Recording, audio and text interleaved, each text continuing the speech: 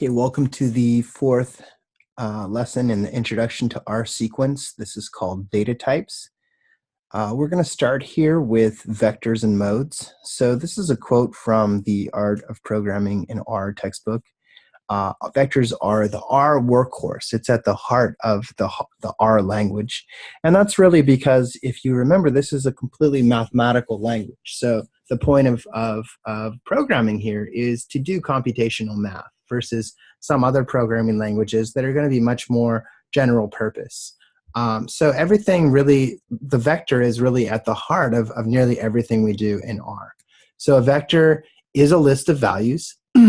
And what distinguishes a vector is that every element in a vector have to be the same mode or the same data type. So here's a char vector. So I've defined it, and you can see that its mode is character. Whereas here is an integer vector, and you can see that its mode is numeric. So, and we should, we've said this before, but it's worth saying again. Vectors in R are subscripted beginning with the number 1. So if I look at int v, it's 1, 2, 3, and the number at int v in the first index spot is the number 1, which is different from some other programming languages. So R doesn't have scalars in the strict sense. So any scalar value is actually a vector of length 1. So if I assign the value 8 to a scalar here, if I pull the value at the first index of scalar, you can see that I get the number 8, that its scalar has a length, which is sort of weird to think about for a scalar, has a length of 1, and its mode is numeric.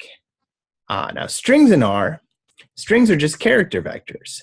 So here we're going to assign the string ABC to the variable string, and then look at its mode, and its mode is character. It's a vector of mode character.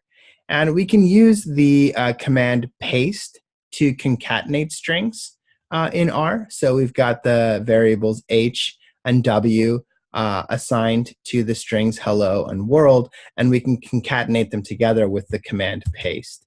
And you can see there they are. You see it automatically put a space between them for us.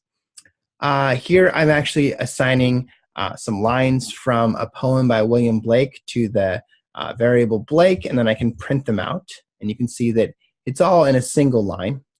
But I might want to split on this /n, which is a line break in ASCII, or in computer speak. /n means a line break, and so I'm going to do a new variable called Blake split, which is where I'm going to do a stir split or a string split on the variable Blake on /n.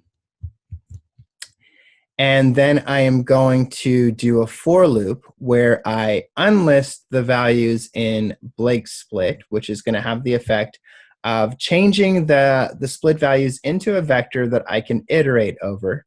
So each substring is going to be a value in my unlisted Blake split. Here, let's go ahead. Let's have a look at this object before we use it. Let's put it up here. And you can see that it's splitting it into a vector. It's unlisting it. It's turning it from a list, which we'll talk about in just a moment, into a vector of strings. So, we could even look at mode unlist Blake split, and we can see it is a character vector, just as we expect. So we're going to loop over each value in this vector here. We're going to print it out, and this is how we get the poem printed one line per printed line in a very nice way.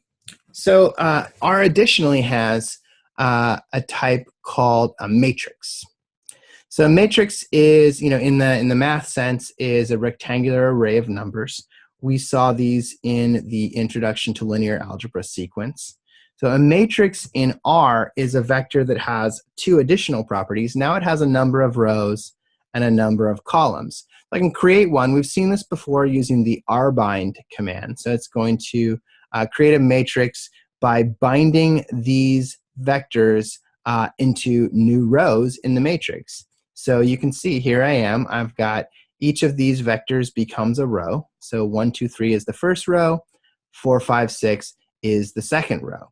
And we can see the new properties of a matrix, the number of rows and the number of columns with the dim command. So, whereas we looked at the length of a vector, we might look at the dim of a matrix, and we can see that this matrix has 2 rows and 3 columns. And matrices are subscripted very similarly to vectors, again, beginning from an index of 1. So if I wanted to get the value at row 1, column 2, I can use this 1, 2 notation inside the brackets, and this is going to give us the value at row 2, column 3. So row 1, column 2 is going to be the value 2, and row 2, column 3 is going to be the value 6, just as we would expect. So the next sort of basic type we're going to be looking at is the list. So list is a compound object. It's like the vector or the matrix, in that both the vector, the matrix, or all three of the vector, the matrix, and the list are objects that are composed of many elements within. But the distinction is that with a list, the elements can be different data types. So lists in R are stored via key value pairs, and this is very similar to a dictionary in Python or a hash in Ruby or Perl if you're familiar with either of those programming languages. So here I'm defining one. I'm going to call it L, and I use the keyword list, and then inside the argument I give it these pairs, these key value pairs. So the key A is getting the value 1. The key B is getting the value foo, and the key C is getting the value, a vector from 1 to 10. And so I define that, and then here they are. You can see that A has the value 1, B has the value foo, and C has the value, the vector 1 to 10. So you can store and access the elements of a list using what's called this $sign notation that you can see right here. So we could store another element in the list by saying that $D is the string bar. And now when I look at L, you see we still have A, B, and C that we had from before, but now we have an additional key value pair where D, the key D, corresponds to the string bar that we just added. And you can also access an element in the same way by doing $C, for example, to access this vector from 1 to 10. Now, lists are going to be used quite often in R because it really helps us to create these complex statistical objects.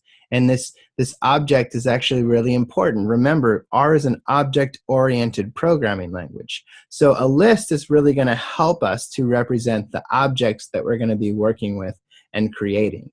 And R is going to use lists to store the different values that we're looking at. So in a previous lesson, we created a histogram using the hist function. Now this function also returns a list that we can assign to a variable. And here I'm doing the nice display options that you know that I like. And I'm running the hist command on the Nile data set, and I'm assigning the output to this variable hist Nile. Let's run that. So the first thing that it does is actually plot the histogram right here in the notebook. That's the first thing that it did.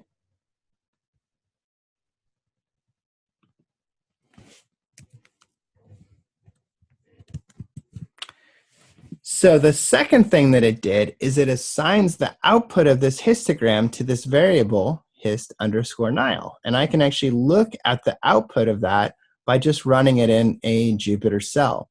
So all of these are values of the hist Nile list. So it's got a key breaks that corresponds to this vector here, a key counts that corresponds to this vector, and you can imagine that these breaks and counts correspond to different aspects of the histogram. Density is a key that corresponds to this vector of values. Mids is a key that corresponds to this vector of values. Xname, equidist, and then we've got an attribute here for class, and we'll talk about that again in just a moment. So far we've talked about we've talked about the vector, the matrix, the list, and now we're going to talk about the data frame. So a matrix can be thought of as a vector of vectors. So in a matrix, everything has the same mode or the same data type. Now a data frame can be thought of in two ways. We can either think of it as a list of vectors or a vector of lists. So let's think about why we might need such a data structure. And this quote here comes from The Art of Programming with R textbook, where he says, in an employee data set, for example, we might have character string data such as employee names and numeric data such as salaries. So although a data set of say 50 employees with 4 variables per worker has the look and feel of a 50 by 4 matrix, it does not qualify as such because it mixes types. So let's have a look at exactly what this means. So let's say that we had 4 employees. We have employee 1, employee 2, employee 3, and employee 4. And we've created a list for each employee where we have their name and their salary corresponding to each one. And we can create a list of all of them called employees, where we create a list of each of these values. This is a list of lists, and we probably should update this guy up here. This should say a list of lists as well. All right, so let's run this. And now we can create a data frame, and this is a pretty convoluted way of doing this, but I want you to be able to think about a data frame as a list of lists. So here we are, we've created this. So a list of lists would be that we've got a list of 4 lists where each row is a list corresponding to an employee, and then the data frame collects all 4 rows, and that's the full data frame. That's the list of lists, okay? Now another way to think about a data frame is as a list of vectors. Now, and this is actually going to be required for a data frame where each column has the same mode or the same data type.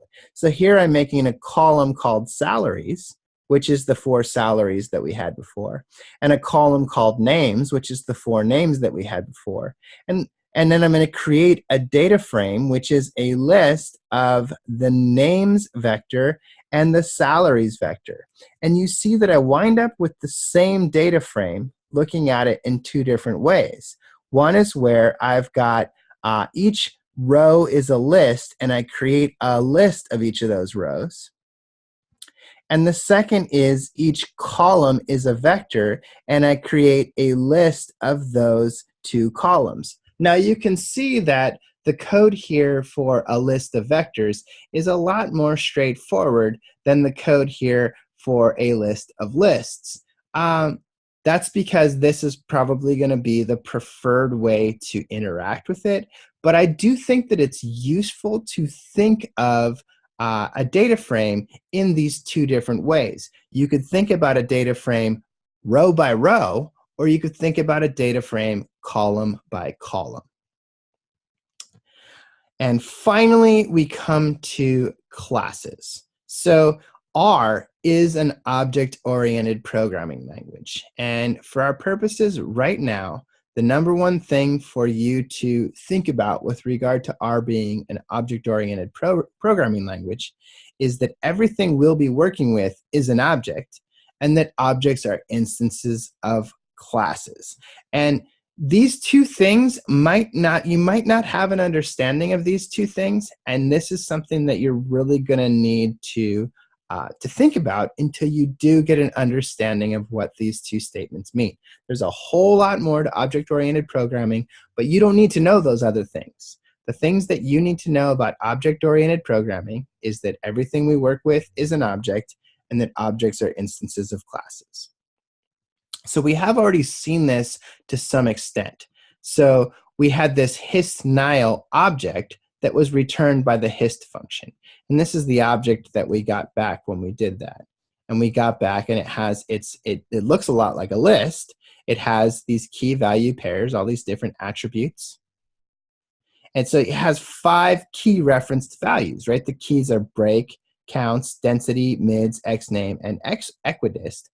But it also has a single attribute, class.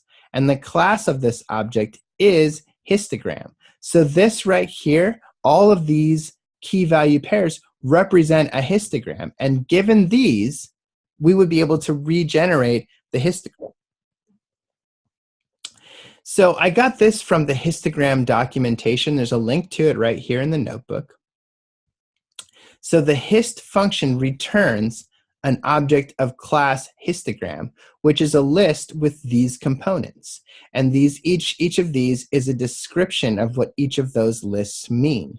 And you can find this in the documentation for the histogram class. Now, this is intended just as an introduction, and we will be talking about this a lot more.